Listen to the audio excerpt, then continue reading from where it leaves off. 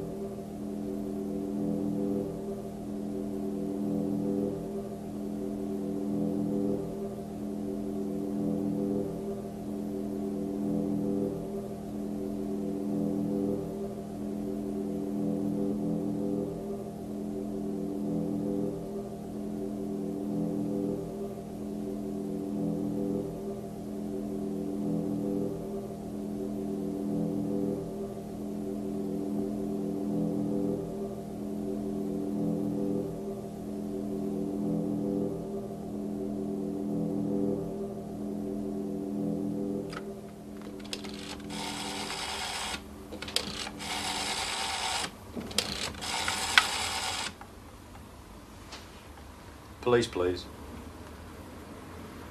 Hello? Could you send somebody round now to outside Leeds Parish Church? There's two guys that look like they're going to pinch a car. It's a yellow Mark III Ford Cortina. It's right outside the door, right opposite the front door of Leeds Parish Church. Will you attend Kirkgate near to the parish church? A report of two men acting suspiciously near to a yellow Ford Cortina saloon. Just a minute. Where are you going? I'm not going anywhere. Why? What's wrong? We've had a report that two men have been acting suspiciously around this car park. Is it you? I've done out. You've been messing about with this Cortina? No. Have you I've been in done this anything. car? I've checked around the car park, and all is in order. 2977. Couldn't you get Sergeant Speed to come to the front of the parish church, Kirkgate?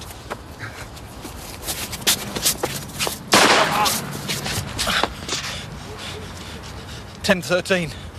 10:13. I've been shot. Get an ambulance. 2977 to control. Description of gunman. He's a white male, about 40 years of age. Stocky build, wearing a grey flat cap and an olive green army-type jacket.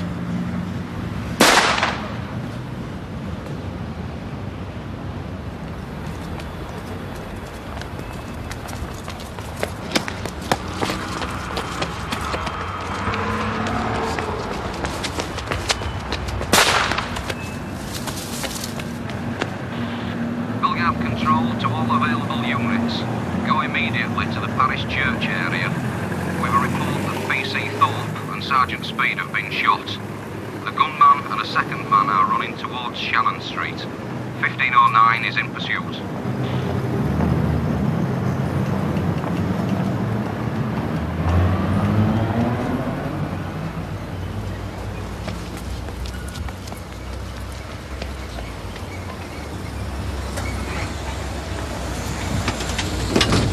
Get out of the back.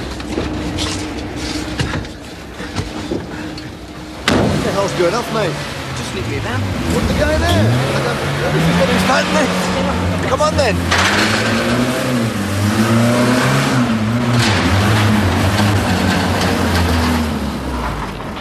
Belgav control to all units.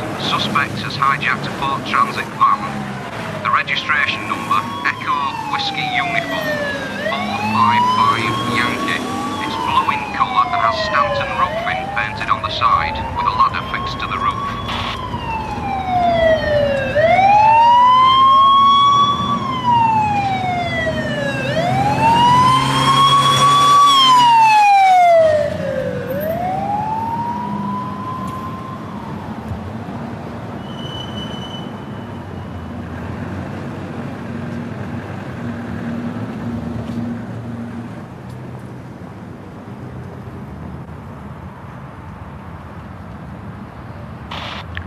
Santons. It's the police from Gipton. Can you put the light on top of that van? It'll help us to find it. OK, thank you very much.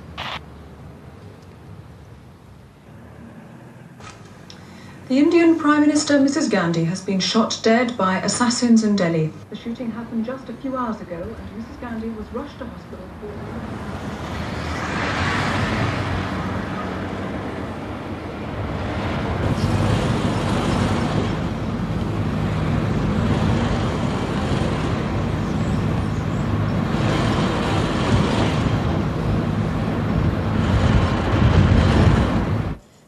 Spotted weather, please, Francis. Yes, there's a splash reaching Scotland and Ireland now, and it's going to be a damp Halloween for Scotland and Ireland. Further south, England and Wales looks pretty good today. It's going to be warm, quite sunny. There's some morning mist to clear. There's the odd patchy black cloud.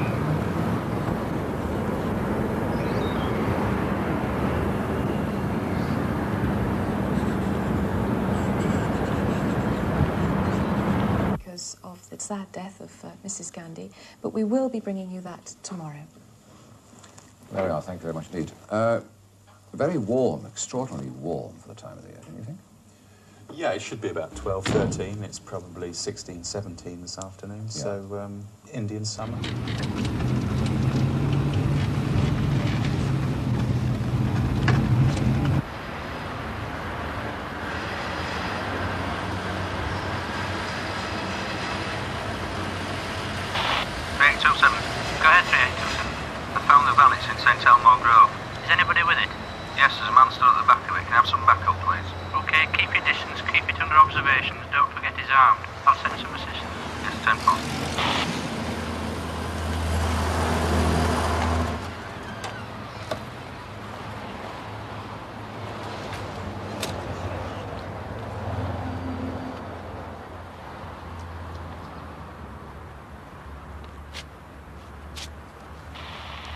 Control to Firearm Unit 51. Will you attend St Elmo's Grove, Leeds 9 immediately?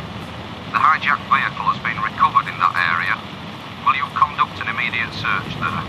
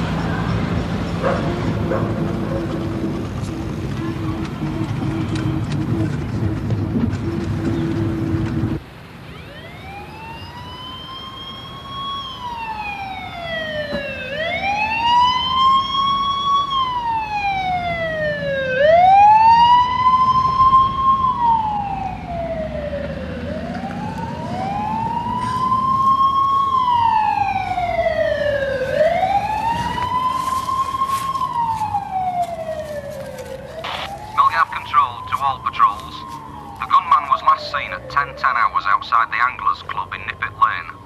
He's a white male, 5 feet 10 inches, well built although not fat, around 40 years of age, mousy coloured hair but grey in collar length. He's wearing a brown and grey checked cap, olive green combat type jacket and dark trousers. Can I reiterate that this man is armed and dangerous? If seen, do not approach but inform control. Well, the man in charge of the inquiry is Detective Chief Superintendent John Conboy. Firstly, why are you linking those two raids we saw at the beginning of that reconstruction, the two raids in Pudsey in 1981? Because the gun used and the bullets used are very similar to the gun and bullets used in the shooting of the two police officers. And what do we know about this gun? It's a .38 revolver, similar to that gun there. Right. People in the underworld might know about that gun? It may well be that somebody has sold the gun within the last few months in Leeds, yes. All right, now let's try and establish the geography. All of this, of course, took place within a very small area. In fact, within 1.5 miles of Kirkgate Parish Church, where the shooting happened. The gunman then ran off, chased by Constable John Raj, to this point here, where he hijacked that blue van at Rhodes Filling Station. The next sighting we have is about a mile away in St Elmo Grove, where, incredibly it seems, he stayed with the van for over 3/4 of an hour. Then, having been spotted by a patrol car, he abandoned the van, taking with him a blue helmet, and headed off this way. Here at Tory Road, he was seen getting rid of the blue helmet. But the trail didn't end there. There were 4 more sightings of the gunman before he reached Leeds Anglers Club at Nippets Lane, where he was seen for the last time, as far as we know, by that woman hanging out her washing. Now, why would he have spent 3/4 of an hour with the van? Well, I feel he was hiding in public in that area. It's a quiet area of Leeds, off the main York-Leeds road. It may well be he's waiting for his accomplice to arrive there, or it may well be that he was going to carry out a robbery at a nearby post office or building society. Right. What had happened to his accomplice, incidentally? Well, his accomplice was last seen running through the Garden of Rest and onto the railway embankment, and we don't really have any more sightings of him then. But I gather he was seen, or at least conceivably it was him, was seen talking to a woman by some people working in an old people's home. There's a possibility he was seen on the Eber estate of Bermontofts by people in the old people's home talking to that woman there. Now, yes. this woman hasn't come forward yet, despite your appeals. No, we would like her to come forward. She's about 45'4" with fair hair. I've made a number of appeals for her to come forward, and I feel she should do, because I think she gave that man directions. And what about that man? What do we know about his appearance? Well, he's between 30 and 40, 5'10" to 6 foot. He's got dark brown hair. He was wearing a dark donkey jacket and green overalls. Presumably what you want from the public, any sightings that they might have had of these 2 men on that morning. It was, what, Wednesday the 31st of October? All this happened between roughly 9 and 10 o'clock in the morning. Well, it may well be that people in Leeds may have seen those 2 men together before, and I would hope they would come in and tell us if they have. Any criminal in Leeds, and we've had a great deal of help from the criminals of Leeds, may identify them. I would hope they'd come forward. And if there's anyone who may have kept them in a guest house, lodging house or hotel the night before, I would like them to come forward. The underworld really has helped you try and trace this man? They have, yes. Here is the Crimewatch video fit of him. There you see him coloured in. Maybe you could just repeat what we're looking for. Well, he's about 40 years of age, 5'10". He's stocky build. He was wearing that check cap, olive green combat jacket, dark trousers, and as I said, he's about 40 years of age. In the reconstruction, he had a rather stiff sort of gait, a rather strange run. Was that because he'd hurt himself, or does he normally run like that? He may have hurt himself near the wall at the parish church. A number of witnesses have said he ran pincy-toed. Right. John Conboy, thank you very much indeed. If there's any way in which you think that you might be able to help, please do call us. Here's the number, 01811 8055. Remember, there's a very big reward. You can talk to a BBC researcher if you prefer. You can call the police directly in Leeds. The number there is Leeds 454 197. That's 0532 454 197. And let me stress that you can call in the strictest confidence. And now the Crimewatch Incident Desk, where we invite the police to appeal to you directly. Here are Detective Constable Helen Phelps and Chief Inspector David Hatcher. First on Incident Desk, we're appealing for your help on the murder of a 76-year-old lady, Barbara Pinder, described by her friends as strong-willed and lively. She was strangled, then stabbed 35 times at her home in Battersea in London, sometime between Friday the 26th and Sunday the 28th of October. She lived here at Prince of Wales Mansions in Prince of Wales Drive, and we need to trace anyone who was seen entering the flats during that weekend. Mrs. Pinder lived in flat 24A, and to remind you, that was the weekend that the clocks went back. Many witnesses have already come forward, and 2 in particular remember seeing 3 workmen enter the mansions at about 10:45 on the morning of Friday, October the 28th. Those 2 witnesses produced this photo fit of one of the men, and here at Crimewatch they were able to improve on the picture to produce this video fit. The man was about 5'9", 35 to 40 years old, and wore a red jumper. One of his 2 colleagues wore blue overalls, and the men were carrying tools. Later that morning, 3 other men were seen in a green van outside Prince of Wales Mansions. We want to hear from anyone who saw that green van, or this man and his 2 fellow workmen. Your help is also needed in Manchester in the hunt for a man who raped an 11-year-old girl. It happened a month ago on Wednesday the 21st of November in the Moston area. We're anxious to trace a man seen outside the entrance to Moston Youth Centre in Hoff Hall Road shortly after 7 p.m. He's described as 28 years old, 5 foot 10 inches tall, and was wearing jeans and a blue cagoule with the hood up, and these rather expensive trainers. They're the distinctive high-tech brand. After the attacks, he escaped over a fence beside the centre and ran across Moston playing fields towards Albine Street and Pym Street. If you live in this area, perhaps you remember seeing him. He must have been very muddy after the attack. Next to anyone taking evening classes there that night may have seen the man around 7 o'clock. Remember, the attack happened on Wednesday the 21st of November here at the Moston Youth Centre, and it may be linked to a similar incident 2 days earlier, about a mile away, here at the junction of Victoria Avenue East and Rochdale Road. A man dressed in similar clothes attempted to rape a 12-year-old girl. This description, this time, was of a man in his late teens. If you have any information at all, you can ring us here in confidence. Police in Thames Valley need your help to complete their inquiries into this murder. On Thursday the 18th of October, the burning body of a man was found here in Willets Lane, Denham. It's just off the M40 in Buckinghamshire. We still need to find the victim's car. It was a red Colt Mirage, like this one, and it's disappeared. There's the registration number, A268ARX. At least that's what it was. It could be anything now. Have you seen one like it in your street? We've reason to believe it's still somewhere between London and Buckinghamshire. Remember the number, A268ARX, and ring us if you've seen that car. And just in case you've still got some Christmas shopping to do, take a look at this lot. They're exclusive and very valuable fur coats, and 30 of them, just like these, have been stolen and are no doubt being offered to new owners. Some of them have pelt numbers, and police in Cheshire have been trying to track them down since they were stolen from a furrier's in Wilmslow late on Thursday the 27th of September.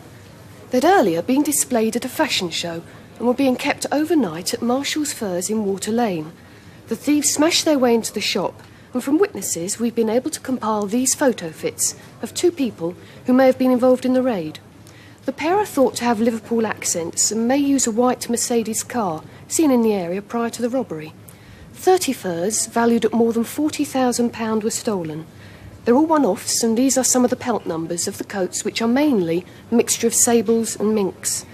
They could be anywhere by now. Manchester, Liverpool, even London. You never know where they might turn up.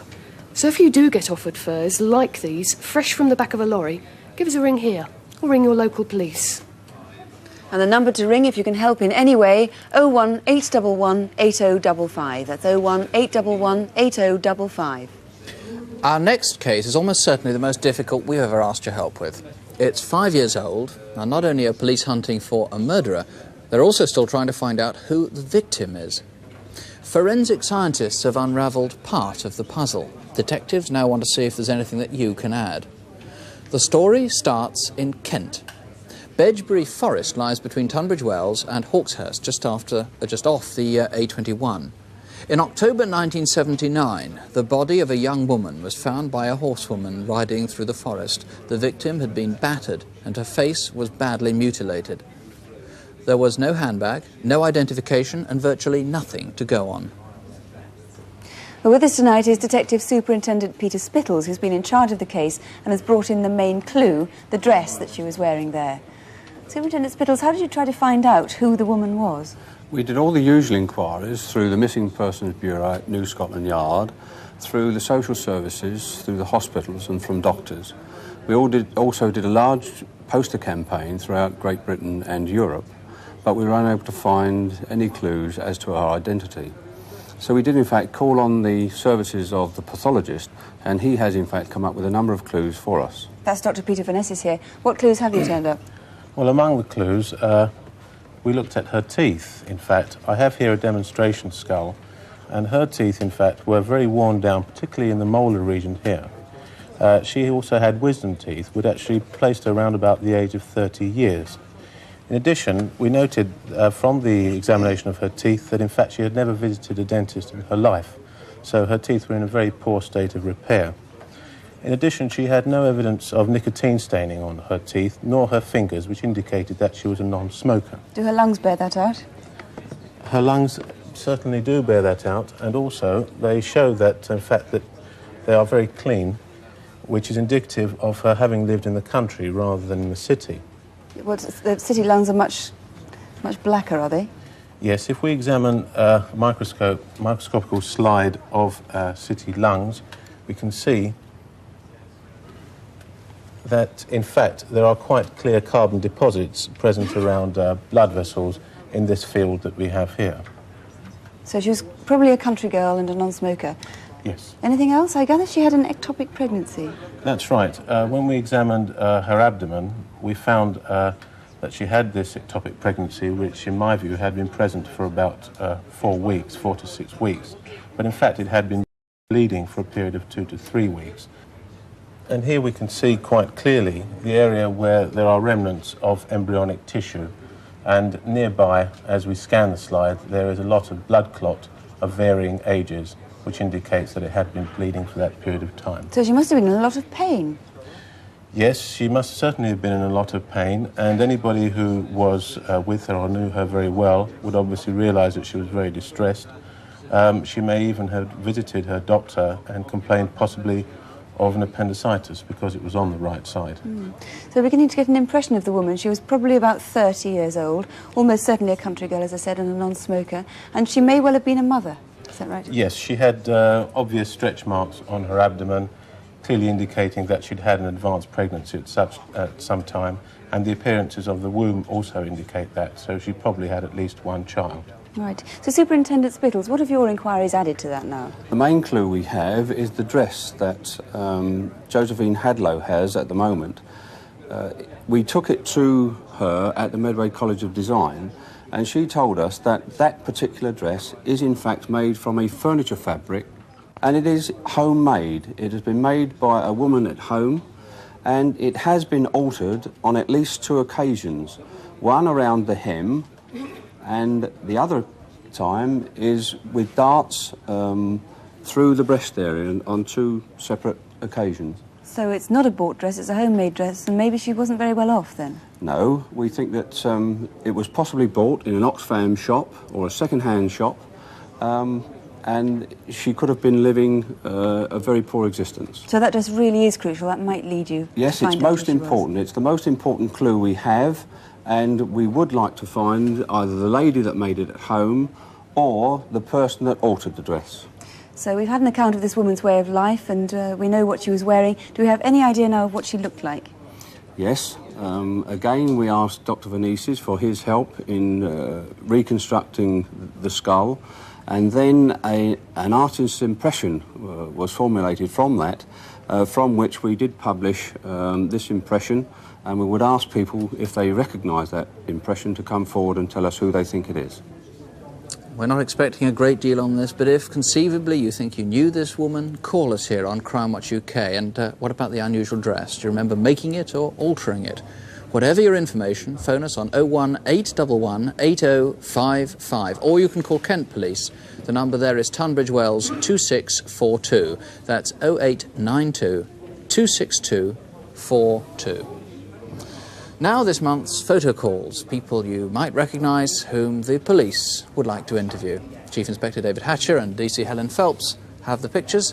See if there's anyone here you think you know. We've 4 faces for you to look at on our photo call this month. First of all, have you seen either of these men? Terry Smith on the left and John Kendall on the right. They made a dramatic escape from a prison van on Wednesday the 21st of November. They were serving long sentences for robbery and burglary. These 2 may be dangerous and should not be approached. The next face on our photo call is this one, Alexander Hamilton. Sussex Police would like to interview Mr Hamilton in connection with a number of offences of criminal deception. On the 19th of November, an 86-year-old lady from Worthing met a man who gave his name as Stuart Alexander. He claimed to be a valet on the Canberra and persuaded her that he could get her discount on a cruise. He so convinced her that when they met again next day, she parted with £1,200 in cash. Needless to say, she never saw it or him again. Stuart Alexander, who by the way uses that name when he stays at guest houses, has also claimed to be a valet on the QE2, and he's conned elderly ladies with the offer of Chanel No. 5 perfume. On every occasion, though, he's sailed off with the money. Alexander Hamilton is 63. He's described as 5 feet 7 inches tall, average build, and with grey, balding hair. He's well-spoken, with a Scottish accent.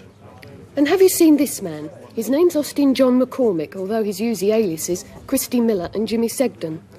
Merseyside police want to interview him in connection with the murder of William Ossu, who was killed in a fight at the Kowloon Club in Nelson Street, Liverpool, on the 15th of November 1982. Austin John McCormick is 32 years old, 5 foot 10 inches tall, stockily built and frequently alters his appearance, but there are some things he can't disguise. The heavy tattoos on his arms and the scar on his left cheek. If you've seen him, or indeed any of the other faces on our photo call, please call us here at Crimewatch UK. Now we want to take you back 7 months to the night of Thursday, the 24th of May. What happened on that night has tantalised a large team of detectives and orphaned 2 small children. The place is Balsall Heath in Birmingham. There's a red light district there that attracts streetwalkers and cruising cars from all around the city.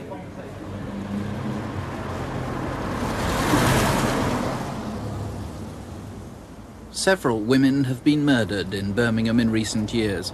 Prostitutes are frightened, but they work on. I've been a prostitute for 18 years, and I work in the Balsall Heath area.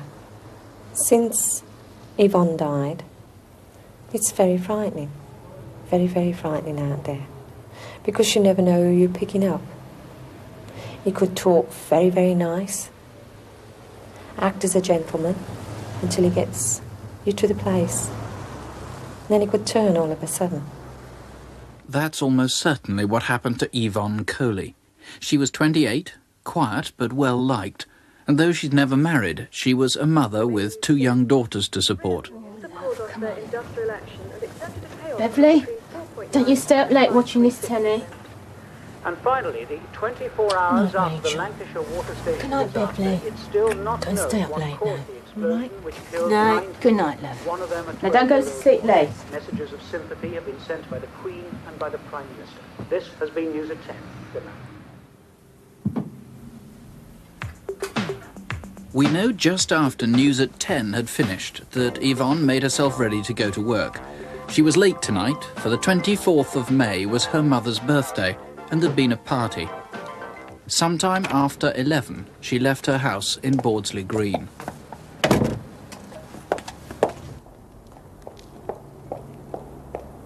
Meanwhile, 2 miles away in Balsall Heath, 2 other girls had found a punter whom they remember well. A rather drunken client, and a blue van that would soon assume a crucial significance. She's just my friend, that's all. She always comes with me. I want her out, and I want you in the back. I don't get her in the back of vans. In the back, I say. Providing you pay me first.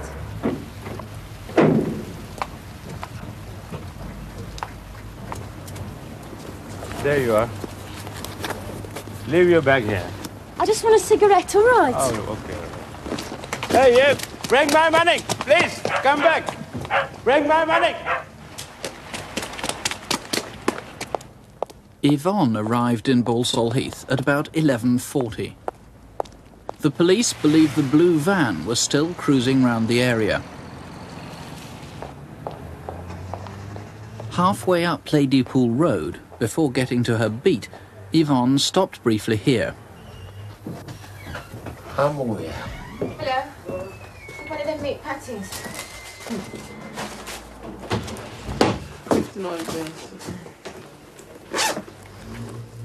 As far as the shopkeeper can remember, Yvonne appeared to have no more than small change in her purse.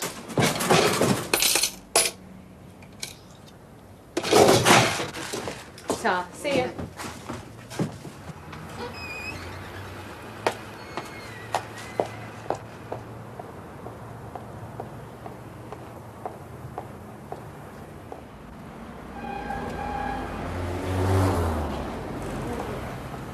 As Yvonne crossed Brighton Road, she was recognised by this local club owner.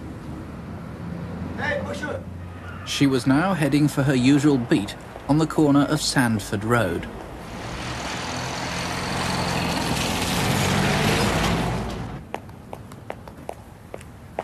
You're late going up tonight. I've been at my mum's. We're having a party, it's a birthday. Oh. What time is it anyway? 12:45. Oh, I'm going home. I'll see you tomorrow night. Oh, stay on a bit. 5 minutes. OK, wait till you get your first one, then I'm off.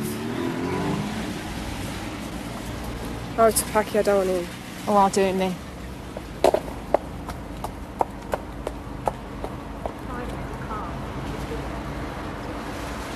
I'll see you later. Yeah, I'll see you tomorrow night. Ta-ra. Yvonne went with her first client at 11:45. Later evidence, the amount of cash found with her body, suggests she did have other customers in the next half hour.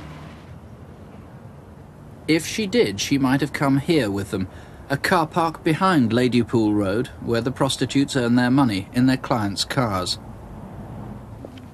But at some stage she must have come here, to the Warstock area about 3 miles away. It was here at 20 minutes past midnight that a couple walking home noticed a similar blue van parked in the entrance to Coxmore's Woods golf course. 8:30 the next morning, the same spot on Warstock Lane.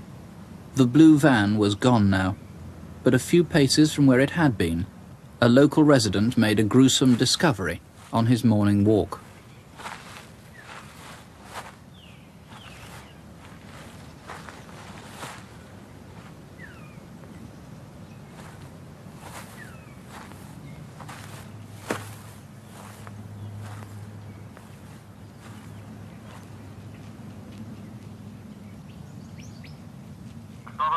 Attend Warstock Lane to a report of a female body under the hedgerow on the golf course. Relative Mike 21 received, over. I knew Yvonne as a friend. They always say, oh no, it won't happen to me.